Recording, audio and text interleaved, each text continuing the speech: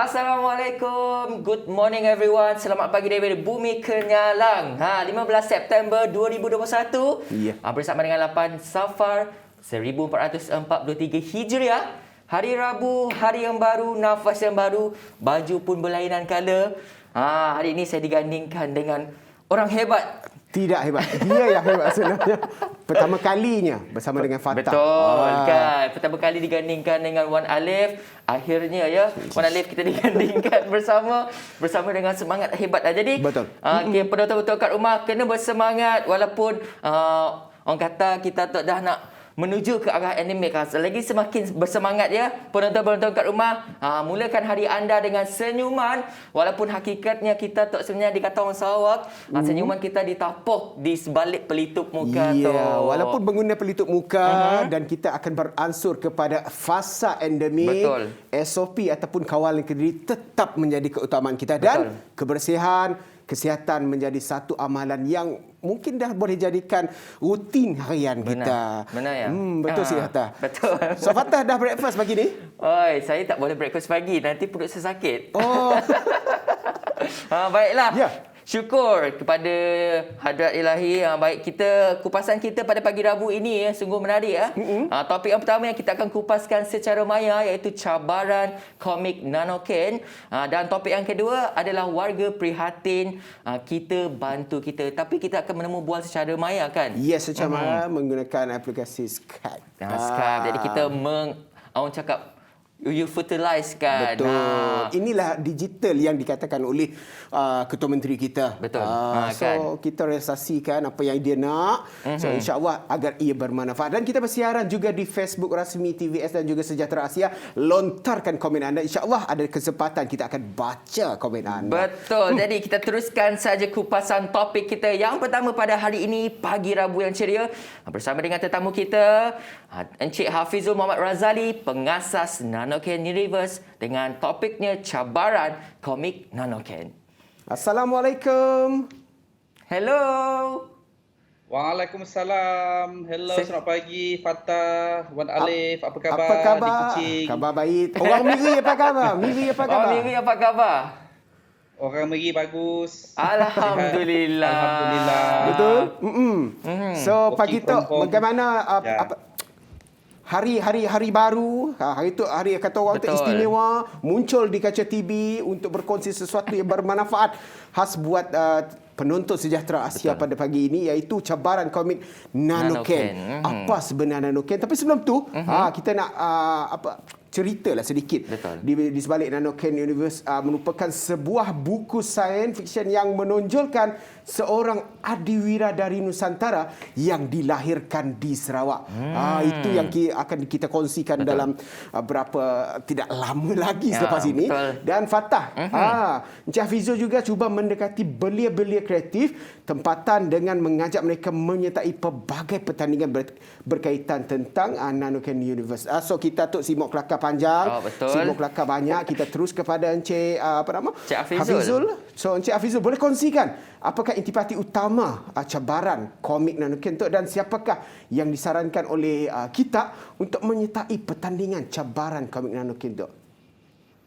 Terima kasih Wan Alif. Pertama sekali saya nak ucapkan terima kasih kepada Sejahtera Asia dan TVS kerana menjemput saya pada pagi yang ceria ini. Ini adalah kali kedua saya bersiaran di TVS.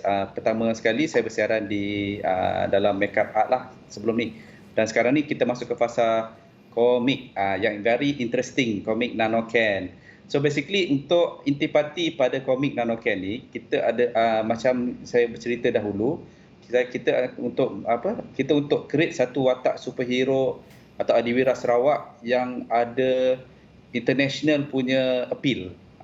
Jadi superhero Sarawak ni basically apa yang kita nak create dia, kita lahirkan dia yang bernama Captain Neo.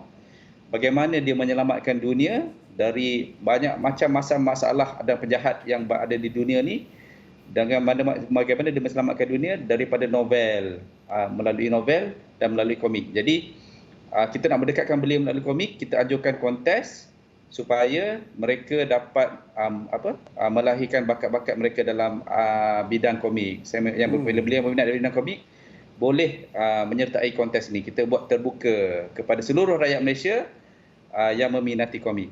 Baik. Jadi bagaimana tercetusnya idea untuk membuat pertandingan sebegini ni?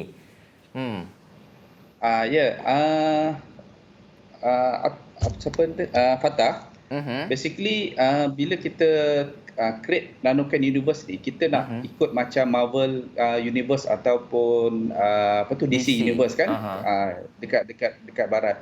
Jadi tercetus idea ni, kita nak create watak hero. Kalau kita tengok watak hero ni, dia ada motif Sarawak, dan ada beberapa submission dah dapat kita terima untuk mereka melahirkan satu watak yang orang zaman digital ni, kita tak ada limitation kan. Kita boleh show our bakat seluruh dunia. Masuk Facebook je satu dunia boleh tengok. Masuk Twitter, masuk masuk Instagram, satu dunia boleh tengok. Jadi kalau kita ada bakat pelukis komik tempatan yang boleh melukis satu watak adiwira, kita boleh bawa dia ke peringkat antarabangsa. Jadi itulah cita-cita saya lah, untuk naikkan belia, mendekatkan dengan belia, untuk mereka mengeluarkan bakat mereka. Ramai yang malu-malu tu, belia kita tu ada bakat. Itulah, tepuk dada tanya selera.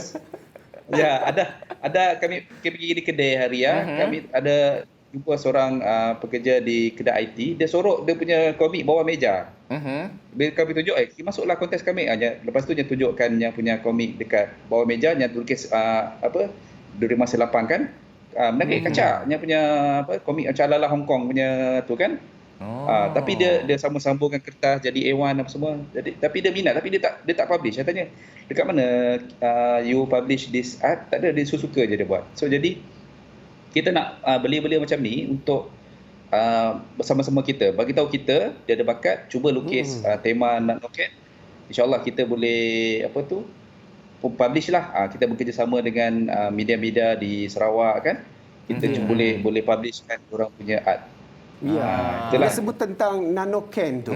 Apa sebenarnya yang dikatakan dengan Nanoken? Betul tak Fatah? Tapi sebelum tu, Fatah ni seorang belia. Fatah minat ke baca komik? Saya sejujurnya komik cinta-cinta ni. Janganlah macam. Saya bukan penggemar membaca komik lah. Tapi saya fans of DC. Saya fans of DC. Batman memang saya punya superhero. Saya tak gemar juga, tetapi saya suka tengok animasi dalam tu je. Saya tengok gambar je. Okey, tapi dulu kita macam ada majalah manga dan sebagainya, komik-komik kartun beranimasi kartun ni kan. Jadi adakah untuk cabaran komik Nanoken ni, Encik Hafizul, adakah terdapat sebarang tema yang anda telah tetapkan apabila peserta menyertai pertandingan ini? Ya, tema dia simple, mudah saja. Tema untuk komik ini adalah superhero science fiction. Contoh kalau macam Fatah mention tadi, ada Batman kan. So bayangkan kita ada satu komik, depan dia cover page tu hero dia adalah Captain Neo daripada Sarawak.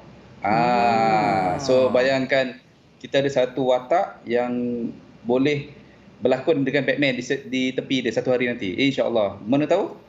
Kan? Jadi kita punya kita buat superhero lah untuk Sarawak. Fatah boleh lah lepas ni. Jadi apa superhero itu? Siapa nak jadi dia punya pelakon, nanti kalau mana tahu jadi satu hari jadi filem, bolehlah betul, insya-Allah. Itulah. Puan Alif, awak jadi orang jahat lah, saya orang baik. Memang saya jahat je watak.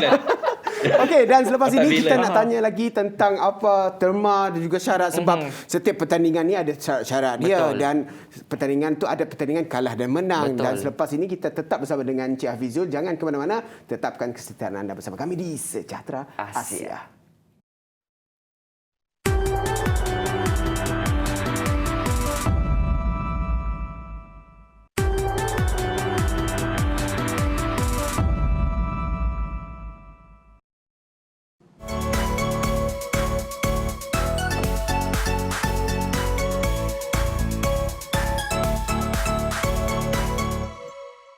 Baik, anda kembali dalam Sejahtera Asia bersama kami berdua. Lelaki kacak lagi bergaya. Tu dia jual, kita nak jual komik kan. Ya, itu taktik pertama. Kalau kita nak jual komik, kita kena gaya, kena ada segak, kena ada percakapan, kena ada. Memang Abang Alif? layak sangat nak jadi superhero ni. Okey, Taufik. Taufik pula. Taufik okey. mana pula ni? Fatah. Siapa Taufik ni? Baik. Okey.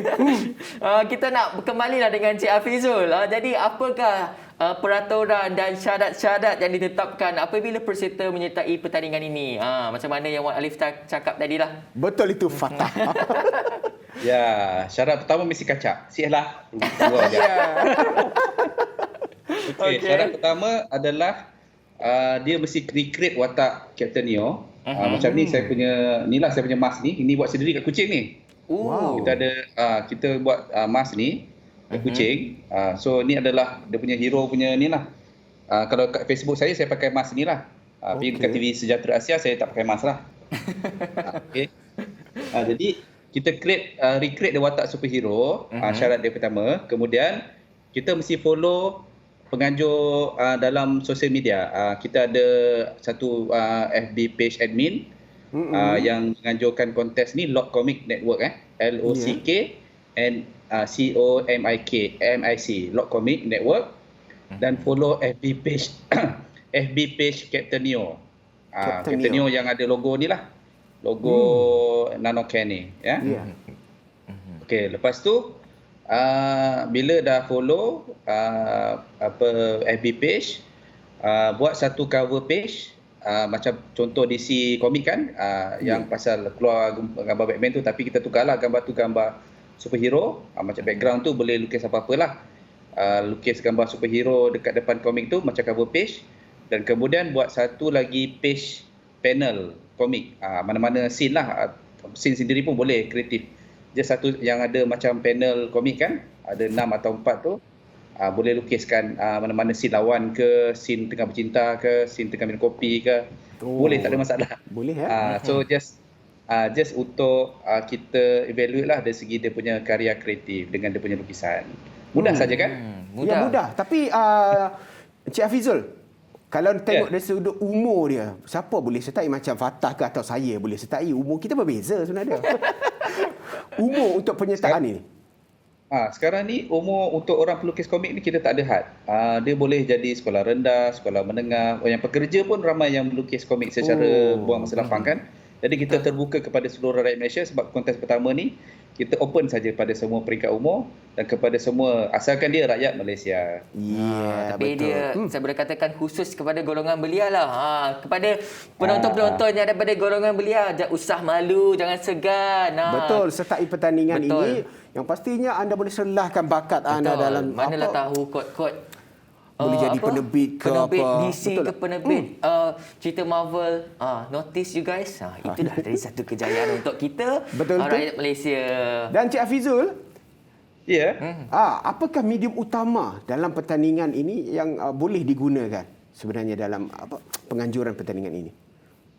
Ya, ada komik-komik artis ni ada dua medium utamalah. Basically pertama digital, dengan kedua yang ilustrasi lukisan biasalah, non drawing. Oleh kerana kita untuk menarik minat ramai beli untuk menyertai pertandingan ni, kita tak ada limit untuk digital ataupun manual. Maknanya dua-dua boleh. Yang penting kita tengok bakat anda dalam lukisan. Okey. Sebab ada yang boleh lukis manual tapi tak boleh, tak pandai guna digital kan. Macam budak-budak sekolah rendah. Belia kita ada yang pandai digital tapi mungkin kalau lukis kasar tu dia tak berapa. Jadi kita buka je pada dua-dua. Okey. So maksudnya boleh digital, boleh ilustrasi secara melukis. Melukis saja sebab biasalah kalau mungkin di luar bandar mungkin capaian internetnya tidak begitu baik. So penganjuran ini sangat kata orang tidak berat sebelah lah. Dia balance. Adil dan saksama. Betul tak? Jadi saya ni sebagai orang yang meminati hadiah. Jadi kita nak tahu apakah hadiah utama bagi peserta yang memenangi cabaran komik Nanoken ini. Hadiah hanya amat menarik. Fatah dengan Wan Alif, cik. Kalau untuk belia kita ada 5 wang tunai, 5 untuk wang tunai berjumlah RM150 setiap seorang. Dan bukan wang tunai sahaja, kita ada mini drone. Macam ni, dia boleh terbang ni. Mini drone. Dapat mini drone pula. Yes, mini drone ni dia sambung pakai USB je. Nanti dia boleh terbang dalam rumah, tak perlu main dekat luar. Ini yang teknologi yang kita nak promote lah. Zaman-zaman digital ni kita bermain di dalam rumah. Betul. Dengan drone, mini drone kita. Mini drone sebab sekarang masih dalam tempoh pelan pemulihan negara, pandemik. Anak-anak tu boleh main dalam rumah je. Betul. Hadiah cukup menarik, cukup lumayan. Jadi peluang kepada mereka yang di luar sana yang minat ataupun berkebolehan dalam melukis ataupun mencipta ataupun menerbit komik-komik ni, jangan lepaskan peluang untuk menyertai cabaran komik NanoCan ini. Dan Encik Hafizul, jika seseorang itu ingin bertanya ataupun nak tahu lebih lanjut, apa platform yang Encik Hafizul akan ketengahkan ini? Okey, kita ada link dalam FB page. Boleh berhubung dengan Captain Neo FB page punya admin. Kita ada admin kita situ jaga 24 hours. Dan kita ada juga admin di Log Comic punya page network. Jadi boleh je mesej soalan WhatsApp Messenger. Dan nombor telefon pun ada kat situ. Saya boleh semua pertanyaan boleh tentang komik boleh bertanya di sana, ya. Jadi satu yang saya lupa tanya, Fatah. Apa? Penyertaan ni ada bayaran atau tidak? Wan Alif kata rasa ada bayaran kita tak? Rasa-rasa dia tak kot. Rasanya free. free percuma saja. Percuma. Kalau percuma tu saya nak try lah lukis bunga ke. Mana tahu bunga saya tiba-tiba hidup. Bunga tu hidup. Itu luar biasa lukisan kalau bunga tu hidup. Tapi tak jadi masalah kan Encik Hafizul, apa-apa pun platform, sebab di Sarawak kita punya budaya, kita punya kesenian dan kita punya adat resam kita banyak lagi. Dan yang pastinya setiap budaya tu ada identiti tersendiri, iaitu macam hero dia, heroin dia, cerita di sebalik budaya itu. Dan itu diketengahkan dalam bentuk komik, pastinya menarik, betul tak? Betul. Saya setuju dengan apa yang Wan Alif cakap ni. Saya rasa banyaklah hero-hero dekat Sarawak ni kita boleh ketengahkan. Antaranya adalah salah satunya kita hero legenda kita. Kita ada Rentap. Yes, betul. Kita ada Rosli Dobi dan banyak pelbagai sebenarnya kita boleh ketengahkan. Kod-kod mana tahu tiba-tiba nanti 10 tahun akan datang Pawagam. Keluar dekat Pawagam, tapi Marvel yang terbitkan, tak gempak ke itu. Keempat ke idok ke itu. Kebanggaan kita sebagai rakyat Malaysia. Dan Cik Hafizul, sebagai akhirnya, apa nasihat ataupun pesanan Cik Hafizul kepada belia-belia di luar sana tentang dunia komik ini sebenarnya? Terima kasih Sejahtera Asia sekali lagi kerana beri peluang kepada saya untuk mengajak belia-belia menyertai dunia komik lah, NanoCan ni basically. Pertama sekali saya nak ucapkan terima kasih saya kepada Datuk Medan Abdullah. Dia adalah saya punya advisor lah kepada NanoCan Universe ni. Beliau adalah currently adalah Group CEO kepada Bintu Lupot. Beliau adalah saya punya mentor lah dalam NanoCan Universe ni, dan dia amat passionate tentang bagaimana kita boleh memperkasakan belia-belia dan kreativiti mereka melalui seni dan kebudayaan. Dia juga adalah pemuisi dan juga pemain sape, kan. Nasihat saya adalah kalau kita ada bakat, kita kena keluarkan bakat kita. Sebab kalau kita tak keluarkan bakat kita tak ada siapa yang tahu. Betul. Jadi platform NanoCan ni kita sediakan secara kekecilan untuk belia-belia yang malu, yang mungkin tak ada peluang nak berkarya di luar kan, di luar sana, yang segan-segan, boleh gunakan platform digital NanoCan ni untuk sebagai permulaan atau batu loncatan untuk mereka pergi ke peringkat seterusnya. Jadi kita amat mengalu-alukanlah penyertaan belia-belia di luar sana yang berminati komik. Saya tahu ramai di sana berminati komik. Betul. Selama pandemik ni tak tahu nak buat apa. Habis sekolah tak tahu nak buat apa kan, tak boleh pergi keluar. Betul. Nak lukis-lukis je. So submit je. Mungkin kita boleh extendkan deadline lah, sebab kalau ikutkan rancangan asal kita, deadline hari tu di 31 Ogos, tapi kita dah extend sampai untuk esok Hari Malaysia. So jadi ada masa lagi. Ada masa lagi. Ada masa lagi. Boleh. Jadi penonton-penonton khususnya kepada peminat komik yang pandai melukis tu, jangan lepaskan peluang anda untuk memasuki pertandingan Nanoken ni. Jadi terima kasih lagi Encik Hafizul kerana sudi menemu ramah kita ke kita menemu ramah dia. Terima kasih. Terima kasih dan semoga pertandingan ini berjalan dengan lancar dan kita harapkan ianya beroleh sesuatu yang terbaik khas buat negeri kita di negeri Sarawak ini. Dan terima kasih Encik Hafizul sekali lagi. Sehingga kirim salam orang Miri. Kirim salam dengan orang Miri. Jangan jerak. Jadi bye-bye. Jadi kita terima kasih lagi kepada Encik Hafizul ya. Jadi kita nak berehatlah seketika, nak menarik nafas. Saya dengan Alif memang perlu tarik nafas ni. Jadi jangan ke mana-mana, hanya dalam Sejahtera Asia.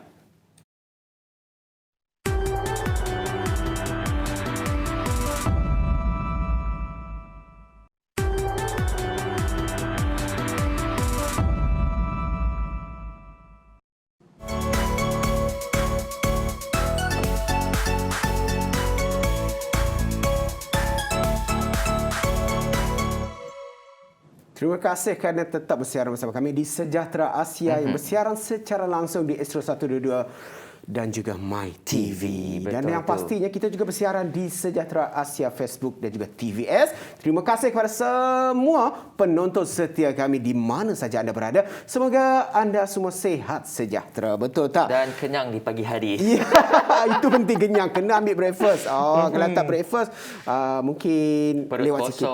Perut kosong nanti dia boleh datang gastrik dan sebagainya. Okey, Fatah, kita nak bawakan perkembangan terkini COVID-19 di Malaysia dan juga Sarawak. Dan apa kata di Malaysia, Fatah mulakan dulu ya. Baiklah, saya bawakan sedikit perkembangan status COVID yang terkini di Malaysia.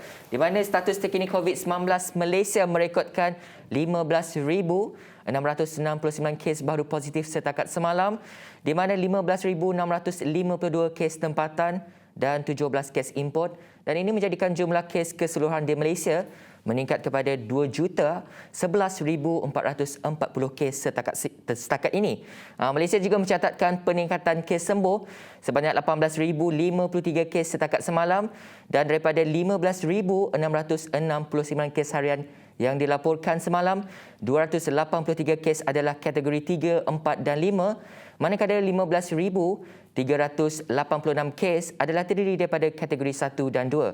Untuk pecahan kes baru positif COVID-19 mengikut negeri, Selangor mencatatkan rekod tertinggi iaitu sebanyak 2,632 kes, diikuti dengan Sarawak 1,983, Johor 1,974 dan untuk purata kes rendah adalah Labuan sebanyak 3 kes yang dilaporkan. Jadi kita harus bekerjasama, jangan leka kerana kita mahu hidup normal yang normal, bukan normal baru, tapi kita nak hidup ke arah normal, ke arah endemik. Jadi kita sentiasalah patuhi orang cakap kelonggaran yang diberikan oleh kerajaan. Orang cakap apa kelonggaran yang diberi kerajaan itu bukan lesen untuk kita tidak mematuhi SOP.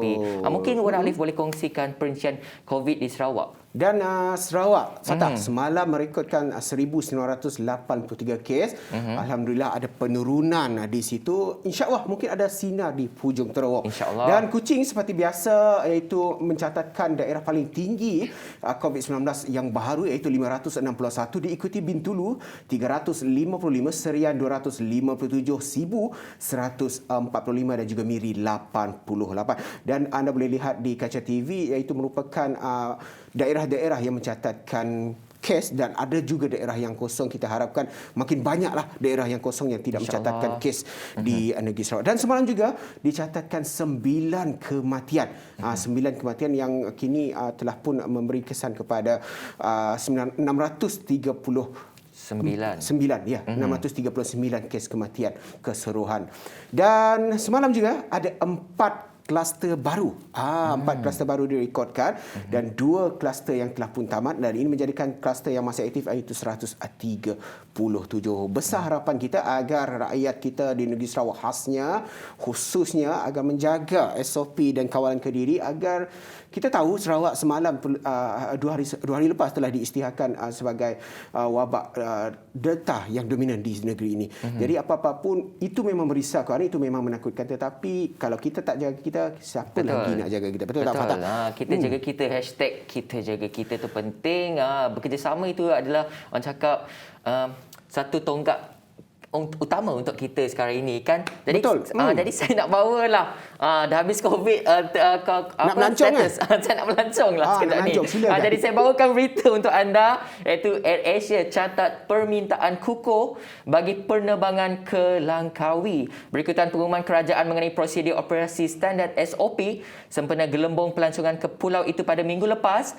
Ketua Pegawai Eksekutif CEO AirAsia Malaysia, Riyad Asmat berkata syarikat itu telah mencapai 200,000 jualan tiket susulan pembukaan semula pulau itu kepada pelancong domestik yang telah lengkap divaksinasi bermula 16 September ini.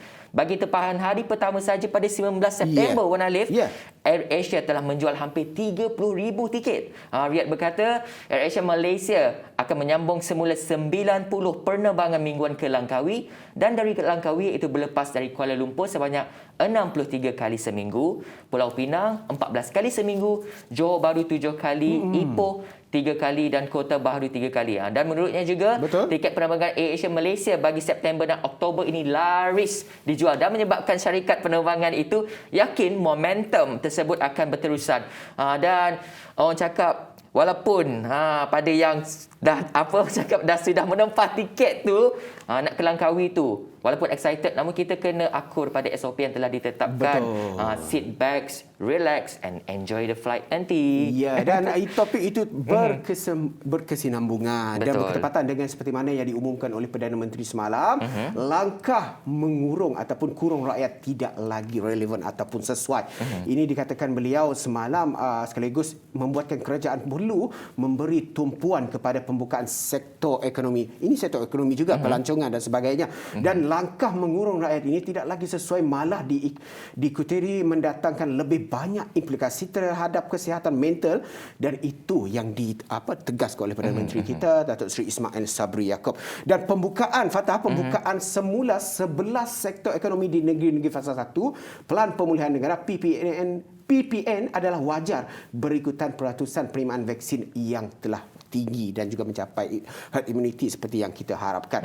Dan keputusan ini dibuat dan diambil kira dengan menilai risiko jangkitan COVID-19 yang dikeluarkan oleh Kementerian Kesihatan Malaysia KKM dan Kementerian Perdagangan Dalam Negeri Hal Ehwal Pengguna KPDHNP, iaitu sektor-sektor ini dibuka dengan SOP yang ketat dan termasuk yang paling famous 2 vaksin je boleh masuk. Jadi pada yang belum mendapat vaksin tu sila berbuat demikian, sebab dekat mana-mana sekarang ni saya lihat kalau tak ada 2 vaksin, kalau tak lengkap dos, tak boleh masuk shopping mall, tak boleh ke mana-mana. Itu adalah saya rasa itu adalah satu inisiatif yang bagus untuk menggalakkan kita untuk divaksin sebenarnya.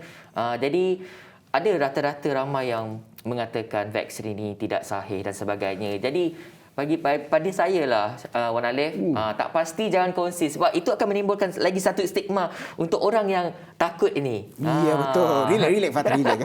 Jadi baik, kita bawakan ke anda berita perincian susulan yang seterusnya, iaitu demi murid, guru akhirnya setuju divaksin. Ini yang menarik. Kuala Terengganu, seorang guru wanita sebelum ini menolak untuk divaksin kerana terpengaruh dengan pelbagai maklumat salah, akhirnya bersetuju menerima suntikan vaksin COVID-19. Guru yang mahu dikenali sebagai Jamilah berusia 50-an itu berkata, demi nyawanya serta masyarakat sekeliling, beliau menekat mengambil suntikan berkenaan bagi mengelakkan berlaku jangkitan COVID-19. Katanya selepas menerima dos suntikan kedua pada 2 Ogos lalu di Stadium Tertutup Kompleks Sukan Negeri di Gong Badak, beliau kini lebih berkeyakinan menjalani kehidupan seharian. Sementara itu, Jamilah berkata sebelum bersetuju untuk disuntik oleh pejabat kesihatan daerah PKPD, menghubunginya 2 kali sambil memujuk, namun ketika itu beliau tetap dengan pendirian untuk menolak suntikan vaksin. Bagaimanapun demi anak murid selain mahu sentiasa menunaikan solat di masjid dan dibenarkan untuk merentas negeri ini, beliau mengagahkan diri, memberanikan diri untuk bersetuju untuk menerima suntikan ini. Dan sehubungan itu juga, beliau yang mengajar mata pelajaran matematik ini menasihati rakan guru yang menolak vaksin ini supaya berubah fikiran dan menerima suntikan vaksin demi kebaikan semua pihak, terutamanya keluarga dan murid. Dan beliau juga meletakkan harapan yang sangat tinggi supaya warga dan guru yang menolak menerima kembali suntikan vaksin ini dapat mempertimbangkan semula keputusan mereka demi kebaikan semua pihak. Dan namun semalam Menteri Besar Datuk Seri Dr. Ahmad Samsuri Mokhtar berkata lebih daripada 100 guru di Terengganu menolak untuk menerima suntikan vaksin atas pelbagai sebab. Jadi ada pepatah mengatakan bersatu teguh, bercerai roboh. Jadi ayuh rakyat Malaysia, kita sama-sama bekerjasamalah dalam membantu untuk memutuskan rantaian COVID ini. Dan tegasnya lagi sekali di sini Wan Alif, saya nak cakap kepada penonton-penonton, jika tak pasti jangan kongsi. Itulah, jika tak pasti kongsi. Dan warga pendidik adalah tulang belakang demi kelangsungan pendidikan yang cemerlang, gemilang dan juga terbilang. Dan kita doakan semoga program imunisasi vaksin kepada guru-guru kita dipermudahkan. Dan ini kita nak cerita sedikit tentang SOP yang bakal dikurangkan daripada 181 kepada 10 sahaja. Itu ditegaskan oleh Menteri Kanan Pertahanan Datuk Seri Syamuddin Tun Hussein. Beliau berkata buat masa ini terdapat 181 SOP merangkumi keempat fasa Pelan Pemulihan Negara PPN, dan kerajaan amat untuk menghaluskan lagi, ngatur lagi untuk mengurangkan kepada 10 SOP sahaja. Dan langkah untuk memperkemas SOP ini telah digunakan pakai selama lebih setahun ini, dan ianya mengambil sedikit masa, namun kerajaan komited dalam menyelesaikan sebelum kita beralih kepada fasa endemik fatah. So apapun keputusan daripada kementerian, apapun keputusan daripada pihak pemimpin pentadbir kita terima sebaiknya, dan kita kena terima hakikat yang kita akan hidup bersama dengan COVID-19. Tapi apapun yang dilakukan kita kena kita kena kawal kendiri, tingkatkan kawal kendiri itu, jaga hygiene, kebersihan itu sangat penting pada zaman-zaman sekarang ni. Orang cakap zaman teknologi ni semua di hujung jari sebenarnya. Betul, hujung jari semuanya kata orang mudah dan selesa. Betul. Dan bila kita lihat dalam dalam situasi sekarang COVID-19, banyak mengajar kita tentang budaya sihat, budaya kata orang tadi, erti kehidupan sebenarnya. Kehidupan yang sebenar-benarnya. Bukan maksudnya sebelum pandemik tak betul. Tak betul. Tapi inilah sebenarnya saya pun bersetuju apa yang Wan Alif cakap ni. Pandemik ini mengajar kita erti kelangsungan hidup itu. Macam mana kita nak survive dalam situasi itu, dan menjadikan kita seorang yang sangat kuat lagi. Sebab selepas kita tidak tahu apa yang akan berlaku pada masa akan datang. Jadi kita jadikan pandemik, jadikan COVID-19 ini untuk kita punya shield, untuk kita punya pelindung yang lebih kuat, agar bila kita menempuh apa-apa cabaran, kita dah tahu dekat mana kita perlu berdiri. Okey, tapi sebelum berehat, apa tu? Kita ada topik. Kita ada topik menarik sebelum berehat ni, iaitu warga prihatin, kita bantu kita, dan kita akan bersama dengan Encik Muhammad Syahrul Izzuan Muhammad Shah selepas ini. Tetapkan kesihatan anda dan jangan ke mana-mana, minum dulu kopi satu bersama Sejahtera Asia.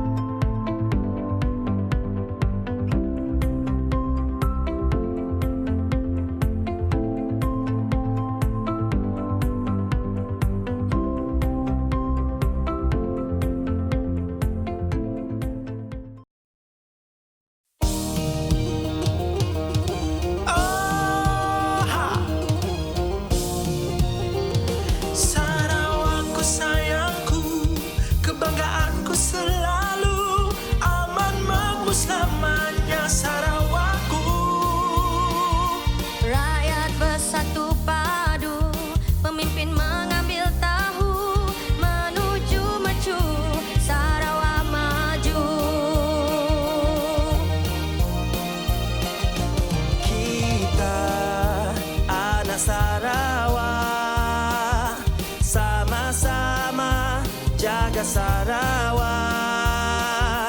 Kita sayang Sarawak, sanggup berkorban untuk Sarawak. Oh ha, mari laungkan bersama.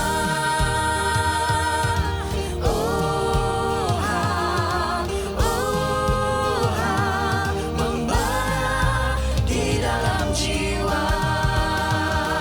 Inilah negeriku, tanah tumpah darahku. Sama-sama kita jaga Sarawak.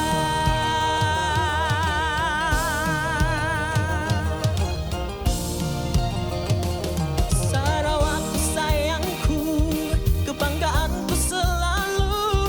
Aman makmur selamanya Sarawakku.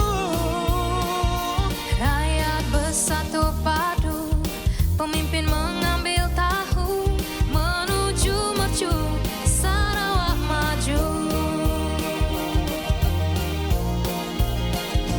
Kita anak Sarawak, sama belah nyentuh Sarawak. Kita sayang ke Sarawak, sanggup berkeradai ngetan ke Sarawak. Oh ha, mari laungkan bersama. Oh ha, membara di dalam jiwa.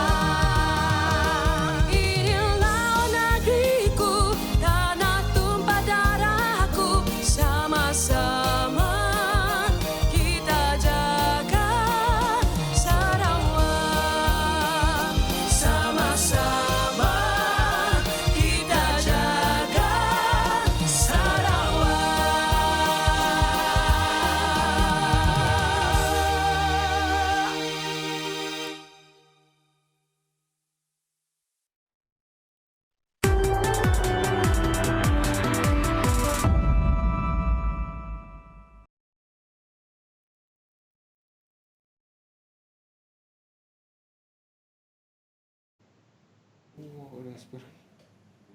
Woi. Selamat pagi, Selamat pagi Encik Syarul. Ya, selamat pagi. Sihat? Alhamdulillah sihat. Apa khabar kita dua? Alhamdulillah, Brother sihat. Syahrul. Happy. Ya. Encik Muhammad Syarul Izzuan Muhammad Shah. Okey, kita lagi tengah rehat lah Tok sebenarnya. Okey. Okey, so apa khabar kita? Sini besaran Tok di Kuching. Oh, di Kuching je. Di Kuching. Okey, Alhamdulillah. So apa nama program Islamic Relief Center. Natok masih berjalan sampai kini Tok lah. Cik Syarul. Masih berjalan. Oh, masih Terutamanya musim pandemik tu memang kami orang bergiat aktif lah. Di Sarawak tu banyak kan nyempun ya ataupun ada tempat kah NGO tu di situ? Maksudnya office Sarawak, kah? actually Sarawak tu untuk Islamic Relief di Kuching aja lah. Cumanya untuk Islamic Relief di Malaysia tu nya berpusat di sikit tempat aja, iaitu di Bangi lah, Selangor. Okay. Cumanya ada operasinya di seluruh negara lah. Di Sabah ada, di Sarawak ada, macam ni lah. Paduhan. Soalnya tu bila kita lihat macam-macam NGO lain juga lah, apa nama Encik Muhammad Syahrul. Nya moto macam ni, moto Islamik aja kah ataupun keseluruhan macam ni? Keseluruhan secara umum lah, yang lebih kepada kemanusiaan secara lebih umum lagi. Ya, general lah. Okey.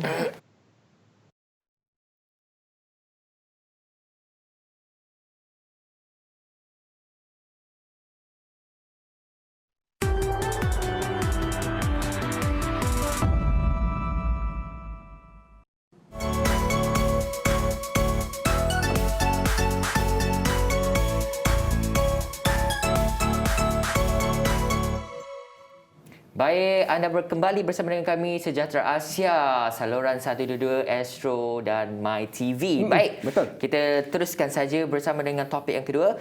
Warga prihatin, kita bantu kita. Alhamdulillah untuk pencapaian program imunisasi Betul. COVID-19 ini, Wan Alif, Ya. yang berjaya dicapai. Syukur kerana Malaysia tersenarai antara negara terpantas di dunia dalam usaha mempertingkatkan kadar vaksinasi. Betul. Jadi sama-sama kita berdoa semoga Malaysia berjaya mencapai imuniti kelompok menjelang akhir tahun ini dan semoga ekonomi kita akan kembali pulih dalam masa yang sama dan teruskan membantu setercakna akan keadaan individu sekeliling kita agar tiada yang merasa terpinggir ataupun sedian. Dan mungkin ada yang tertanya-tanya sekarang ini, Ya, Wan Alif, betul. untuk mengetahui bagaimana cara untuk menzahirkan keprihatinan anda terhadap mereka yang memerlukan dan bagaimana cara untuk mendapatkan bantuan sekiranya anda dalam keadaan yang agak terdesak. Jadi jom kita ikuti perkongsian bersama Muhammad Syahrul Izwan Muhammad Shah, pegawai bahagian program Islamic Relief Malaysia. Hello, Encik Syahrul. Assalamualaikum. Ya. Assalamualaikum. Waalaikumsalam warahmatullahi. Apa khabar? Sihat Alhamdulillah, sihat alhamdulillah. Alhamdulillah sihat. Jadi, Encik Syahrul, setiap hari kita dihidangkan, diperdengarkan dengan perkongsian isu-isu kemanusiaan yang berlaku di seluruh dunia. Jadi sebagai sebuah NGO yang beroperasi secara global, boleh tak jika dikongsikan sedikit mengenai Islamic Relief dan kerja-kerja kemanusiaan yang telah dijalankan? Okay, bismillahirrahmanirrahim. Assalamualaikum warahmatullahi wabarakatuh. Selamat sejahtera saya ucapkan ya kepada host berdua termasuklah penonton-penonton yang menonton pada ketika ini. Saya daripada Islamic Relief Malaysia ya, Muhammad Syahrul Izwan bin Muhammad Shah merupakan pegawai bahagian program ya. Di Islamic Relief saya lebih mesra dengan panggilan Brother Syahrul lah. Okey. Saya ingin mengucapkan terima kasih kepada Sejahtera Asia di TBS kerana telah pun memberikan ruang dan juga peluang untuk saya dalam beberapa minit ni ya untuk saya memperkenalkan ataupun berkongsi sedikit informasi berkenaan dengan Islamic Relief Malaysia. Okey, untuk pengetahuan ya, sebenarnya Islamic Relief ini merupakan sebuah organisasi bantuan dan pembangunan kemanusiaan antarabangsa yang memberikan khidmat kemanusiaan kepada golongan-golongan yang memerlukan di seluruh dunia. Okey. Ditubuhkan pada tahun 1984 di United Kingdom ya, yang sekarang ini menjadi ibu pejabat besar untuk Islamic Relief di seluruh dunia dan diasaskan oleh Dr. Hani Elbana dan sekumpulan mahasiswa University of Birmingham di United Kingdom. Ekoran daripada isu kebuluran yang berlaku di Afrika ya, pada tahun 1984 ketika itu. Dan sejak itu sehingga kini 37 tahun penubuhan Islamic Relief ini, Islamic Relief telah pun berkhidmat di lebih daripada 45 buah negara, termasuklah di Malaysia ya, antara negara lainnya seperti Indonesia, di Filipina, Bangladesh, Somalia, Palestin dan sebagainya. Dan juga kami telah pun menyantuni dan membantu lebih daripada 120 juta orang penerima manfaat di seluruh dunia. Dan antara sektor yang kami fokuskan dari segi bantuan ini antaranya ialah sektor kecemasan, sektor pendidikan, sektor air, sanitasi, kebersihan, kesihatan, pembangunan mampan, pengurusan risiko dan sebagainya lah. Dan untuk penubuhan Islamic Relief di Malaysia ditubuhkan pada tahun 2005 sebenarnya. Masih baru lagi lah. Dan dirasmikan oleh Yang Amat Berbahagia Tun Dr. Mahathir Mohamad ya, mantan Perdana Menteri pada ketika itu, bertujuan untuk memberikan ataupun meneruskan khidmat kemanusiaan Islamic Relief di rantau Asia Pasifik termasuk di Malaysia. Dan kini Islamic Relief Malaysia menjadi berperanan sebagai pejabat penjanaan dana dan juga pelaksana projek tempatan dan juga antarabangsa. Ya. Baik, Brother Syahrul. Brother Syahrul dia Brother mau Syahrul. mau ditunggah Brother Syahrul tu. Okey, Brother Syahrul. Sekarang kita dalam pandemik COVID-19 masih lagi dicengkam oleh virus global dunia ini dan pastinya ada projek-projek serta bantuan yang dilaksanakan oleh Islamic Relief Malaysia yang pastinya khusus untuk mereka yang terjejas dalam pandemik COVID-19 ini, Brother Syahrul. Ya. Secara ringkasnya kami di Islamic Relief Malaysia melaksanakan pelbagai projek kemanusiaan ya selama kami operasi ya, walau dalam tempoh pandemik inilah khususnya. Dan antara yang saya boleh kongsikan di sini adalah bantuan pek makanan ya yang kita pernah salurkan kepada masyarakat Cina dulu sempena dengan program ni Share the Joy ya untuk masyarakat Cina sempena dengan Tahun Baru Cina yang kita telah laksanakan pada Februari yang lalu. Dan selain itu kita ada juga bantuan pek makanan untuk projek Ramadan ya. Kita telah salurkan kepada hampir seluruh Sarawak. Sarawak yang menerima bantuan pek makanan sempena dengan bulan Ramadan menerusi program rezeki Ramadan. Dan selain itu juga Islamic Relief telah melaksanakan agihan daging korban ya menerusi program rezeki korban yang dilaksanakan pada Julai baru-baru ini. Dan juga kita tidak lupa kepada murid-murid ataupun pelajar-pelajar yang kurang berkemampuan dan memerlukan ya set-set peralatan sekolah yang kita salurkan kepada mereka. Dan selain itu juga kita sekarang ini sedang giat melaksanakan kempen rayuan kecemasan COVID-19 ya bagi membantu mereka yang terjejas pendapatan dan juga projek-projek yang lain lah. Jadi kami membantu golongan-golongan khusus juga, antaranya seperti golongan ibu-ibu tunggal ya, golongan OKU, golongan fakir miskin.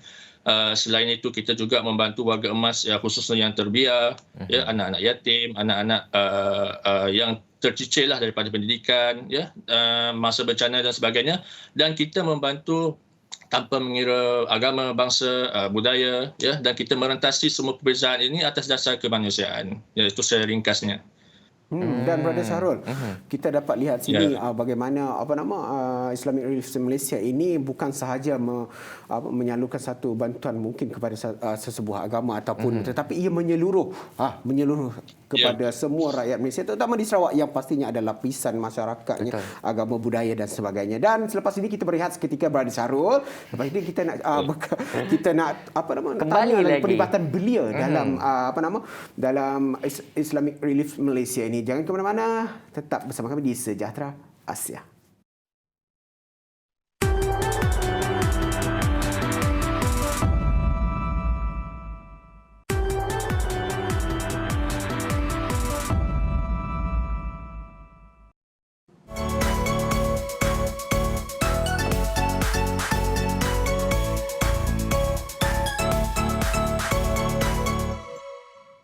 Jadi Fatah, kita masih lagi dalam era pandemik dan mungkin kita dapat lihat di sosial media, di platform Facebook dan sebagainya, bantuan-bantuan kepada mereka yang memerlukan, ada bendera putih dan sebagainya. Dan kita sekarang masih lagi dalam era pandemik, masih berbicara tentang bantuan-bantuan. Dan yang pastinya golongan yang menyalurkan bantuan ini kebanyakannya belia. Jadi Brother Syahrul, Brother Syahrul, belia merupakan tonggak masa depan negara dan juga kepentingan belia amatlah dihargai dan juga diharapkan dalam sebuah NGO ataupun persatuan. Jadi bagaimana Islamic Relief Malaysia melibatkan golongan belia dalam aktiviti kemanusiaan yang telah pun dijalankan? Okey, secara ringkasnya Islamic Relief telah pun menjalankan beberapa program kemanusiaan. Khususnya di Sarawak lah, tidak terkecuali, dan kita melibatkan belia-belia ini. Sebenarnya mereka ini terdiri daripada rakan-rakan kemanusiaan Islamic Relief, iaitu antaranya NGO yang lain juga, seperti mana dan juga sukarelawan juga yang kami perlukan yang berada di sekitar kampung-kampung ataupun kawasan-kawasan yang kami sasarkan untuk setiap program kemanusiaan kami. Dan saya sebenarnya ingin kongsikan sedikitlah program yang telah pun dilaksanakan di Sarawak secara khususnya, antaranya tadi program pek bantuan, bantuan makanan yang kita salurkan kepada mereka yang memerlukan. Dan juga kita juga melibatkan belia-belia ini untuk membantu kami dari segi mencari maklumat penerima manfaat yang memerlukan di beberapa buah kawasan yang kita sasarkan, dan kita meminta bantuan mereka bukan sahaja dari segi mencari maklumat, kita juga memohon ataupun meminta mereka untuk berkerah tenaga untuk melaksanakan agihan-agihan bantuan tersebut kepada mereka yang memerlukan. Dan kita pernah juga laksanakan program-program program jangka panjang di mana kita telah pun melaksanakan program pembangunan komuniti yang di mana kita melibatkan penerima manfaat, dan ada daripada mereka adalah kalangan warga belia juga yang terlibat sekali. dan kita pun telah menerapkan elemen kemanusiaan lah dalam elemen kemanusiaan dan juga keusahawanan dalam program pembangunan komuniti tersebut, di mana kita bertujuan untuk membantu mereka untuk meningkatkan pendapatan secara bulanan, ya, golongan-golongan belia ini yang menjadi penerima manfaat kami. Dan juga selain itu kita juga cuba untuk membimbing mereka keluar daripada kelompok kemiskinan dan sebagainya. Ya, baik. Badar Syarul. Fatah, macam golongan belia ni penting juga sebenarnya. Dan kita tahu di Sarawak ini kawasan dia, geografi dia sangatlah luas. Dan seperti yang dikatakan Brother Syarul, ada bantuan yang disalurkan di seluruh Sarawak. Adakah bantuan ini memerlukan perkhidmatan ataupun bekerjasama dengan badan-badan kebajikan yang lain di negeri Sarawak ini? Semestinya kita memerlukan lebih ramai lagi bagus sebenarnya lah pada kami, kerana itu akan melancarkan dan memudahkan lagi urusan kami dari segi penyaluran bantuan makanan ataupun sebagainya kepada mereka yang memerlukan, khususnya kepada yang terjejas akibat pandemik COVID-19 ini.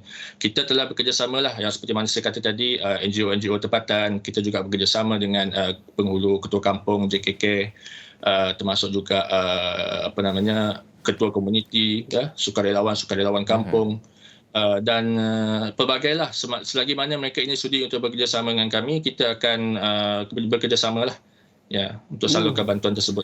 Baik, Brother Syarul, dalam kita terhadnya pergerakan pandemik ini kan, mungkin ramai yang tertanya-tanya bagaimana gerak kerja bantuan kemanusiaan NGO termasuk Islamic Relief ini sendiri. Bagaimana gerak kerja langkah yang dilakukan? Okey, untuk yang sekarang ni tengah tempoh musim pandemik kan. Kita sekarang ni memang sedang giat untuk melaksanakan kempen kemanusiaan, kempen rayuan COVID-19 lah. Kita telah pun meminta pertolongan daripada rakan-rakan kemanusiaan yang lain, bukan sahaja di Kuching, kita juga mensasarkan daerah-daerah yang lain di seluruh Sarawak. Dan kita memohon juga kerjasama daripada mereka yang berada di daerah-daerah ini, ya, seperti mana tadi saya kata, untuk membantu mencari golongan-golongan yang memerlukan ini, mendapatkan maklumat mereka, dan juga memberi maklumat tersebut kepada kami untuk kami teliti semula, dan juga kita akan proseslah maklumat tersebut, dan kita akan memohon daripada pejabat, memohon dari segi kelulusan untuk bantuan yang kita cuba untuk salurkan kepada mereka ini. Begitulah, ya, orang cakap persiapan bantuan-bantuan.